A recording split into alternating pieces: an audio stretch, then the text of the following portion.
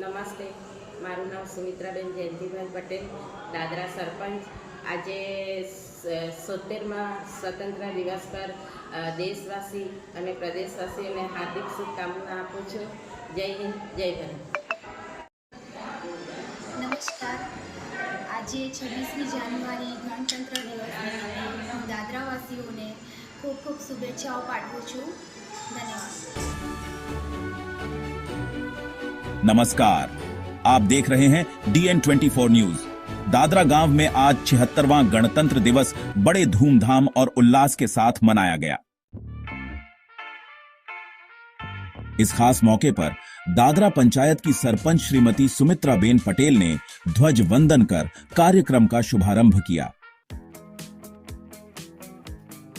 गणतंत्र दिवस समारोह का आयोजन दादरा पंचायत घर पर हुआ, जहां सरकारी गुजराती और हिंदी माध्यम स्कूल के विद्यार्थियों ने सांस्कृतिक कार्यक्रमों की शानदार प्रस्तुतियां दी। बच्चों ने देशभक्ति गीतों पर नृत्य और नाटकों के जरिए सभी का दिल जीत लिया। कार्यक्रम में मुख्य अतिथि सरपंच श्रीमती सुमित्राबेन पटेल, जिला पंचायत सभ्य श्रीमती वैशालीबेन पटेल और उप सरपंच श्री कमलेशाभाई देसाई ने देशभक्ति और संविधान की महत्ता पर अपने विचार साझा किए। इस कार्यक्रम में दादरा पंचायत के मंत्री श्री इनुभाई, जाधव दादरा पंचायत के सभ्य श्री हीरूभाई पटेल, श्री शैलेश भाई पटेल, श्रीमती धर्मिष्ठाबेन पटेल, श्रीमती मयूरीबेन पटेल, श्रीमती संगीताबेन वाघेला, श्रीमती सरिताबेन पटेल, श्रीमती भानुबेन पटेल, पूर्व जिला पंचायत सभ्य श्री जयंतीभाई पटेल, साथी गांव के गणमान्य नागरिक और बड़ी संख्या में ग्रामवासी उपस्थित रहे। कार्यक्रम के अंत में विद्यार्थियों की प्रस्तुतियों की सराहना की गई। उनके प्रयासों को प्रोत्साहित करने के लिए दादरा पंचायत, जिला पंचायत सभ्य श्रीमती वैशालीबेन पटेल और पूर्व जिला पंचायत सभ्य श्री जयंती भाई ने नकद पुरस्कार प्रदान किए। दादरा गांव में मनाया गया यह गणतंत्र दिवस समारोह देशभक्ति की भावना से ओतप्रोत रहा और सभी के लिए यादगार बन गया। ऐसी ही खास खबरों के लिए जुड़े रहें DN24 न्यूज के साथ। चैनल को लाइक करें, शेयर करें और सब्सक्राइब करना न भूलें। तो बस એટલી જ છે કે આપણે હિન્દુસ્તાની છે। આપણા દેશના ઇતિહાસમાં 26મી જાન્યુઆરીનું પોતાનું જ એક વિશેષ મહત્વ છે। સર્વભૌમ, સમાજવાદી, બિન સાંપ્રદાયિક અને લોકતાંત્રિક ભારતનું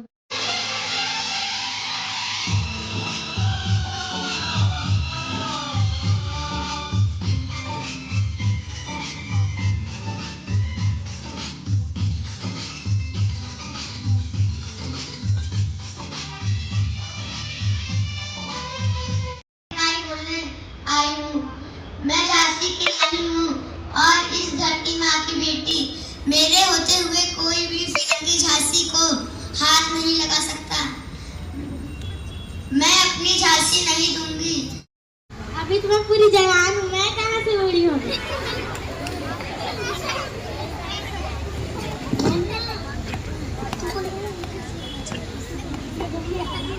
इसमें लिखा है कि नानी जी। अरे बेटा ये कैसी आवाज है, जरा देख क्या तो कौन है। छोड़ो माँ। इसमें लिखा है कि यह कार्ड नानी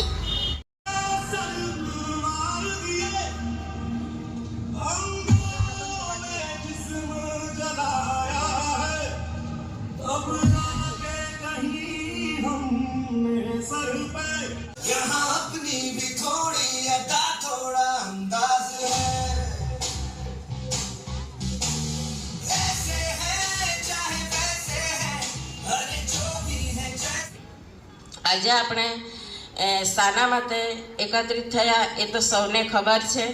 એટલે આપણો દેશ 15મી ઓગસ્ટ 1947ના દિવસે આઝાદ થયેલો હતો। ત્યાર પછી આપણો દેશ 26મી જાન્યુઆરી 1950ના દિવસે આપણા દેશને આપણો દેશ બંધારણના અમલમાં આવ્યો હતો। ત્યાર પછી આપણા દેશમાં આપણા દેશને સ્વતંત્ર રાષ્ટ્ર બન્યો હતો અને આપણા દેશને આપણા દેશમાં આપણા દેશના જે શહીદો છે એમને આજે આપણે સૌપ્રથમ યાદ કરીએ અને આપણો દેશ આ દિવસે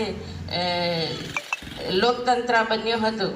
એટલે આપણા દેશને આજે ખૂબ જ આપણે ધામધૂમથી ઉજવીએ છીએ. સૌના એ જ શુભેચ્છા કે બાળકો તમે દરેક કાર્યમાં શિક્ષણમાં આગળ વધો અને સફળ રહો અને દરેક કાર્યમાં તમને સિદ્ધિ મળે એવી શુભેચ્છાઓ. અને આપણે આપણા શાંતિપ્રિય પ્રદેશમાં હંમેશા શાંતિથી અને ભાઈચારાથી રહો એવી શુભેચ્છાઓ.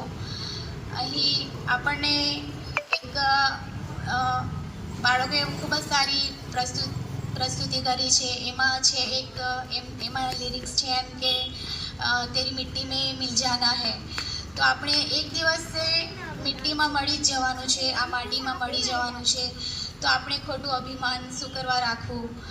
એટલે આપણે જ્યારે 76વો પ્રજાસત્તાક દિન ઉજવી રહ્યા છે તો વર્ષો પહેલાંની આપણે યાદ કરીએ તો દાદરા નગર હવેલી એક બેકવર્ડ એરિયા અને બહુ ગરીબ એરિયા તરીકે ઓળખ થતી હતી. નગર હવેલીનું નામ આપણે આજુબાજુના વિસ્તારોમાં પણ લોકોને ખબર ન હતી.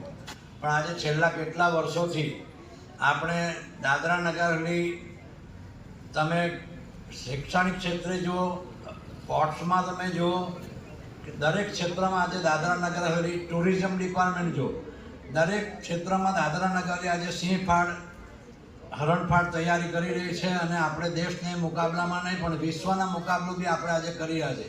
કેટલાક સ્ટુડન્ટો આજે ફોરેન જઈને આપણી પ્રસ્તુતિ કરી, કેટલાક રમતોત્સવમાં ગયા, કેટલાક સાંસ્કૃતિક પ્રોગ્રામમાં ગયા અને આપણા નગર હવેલીને એ લોકોએ એક ઇન્ડિયામાં તો નહીં પણ વર્લ્ડમાં પણ આપણું નામ એ લોકોએ ત્યાં નામાંકિત. પટેલ, માજી ડિસ્ટ્રિક્ટ મેમ્બર દાદરા. 26મી જાન્યુઆરી ગણતંત્ર દિવસની દાદરા નગર હવેલી તેમજ દાદરા પટેલા તેમજ સારા દેશવાસીઓને મારી શુભકામના. આજે 70મા ગણતંત્ર દિવસ આપણે એટલો ઉજવી રહ્યા છે કે આપણે આજે આપણું ભારતનું બંધારણ આજે અમલમાં આવેલું અને આપણા દેશમાં એક સમાનતા સ્વતંત્રતા અને આપણને એક એવી લોકશાહી મળેલી કે એનાથી આપણા પ્રદેશ કે આપણા દેશનો ખૂબ જ એવો સારો વિકાસ થયો અને એક લોકતંત્ર સાર્વભૌમ એવું એક સ્વતંત્ર એક રાષ્ટ્ર બન્યું, એક પ્રગતિશીલ એક દેશ બન્યો. એના માટે હું આજે આ ભારત દેશના તમામ નાગરિકોને શુભકામના પાઠવું છું. જય હિન્દ, જય ભારત.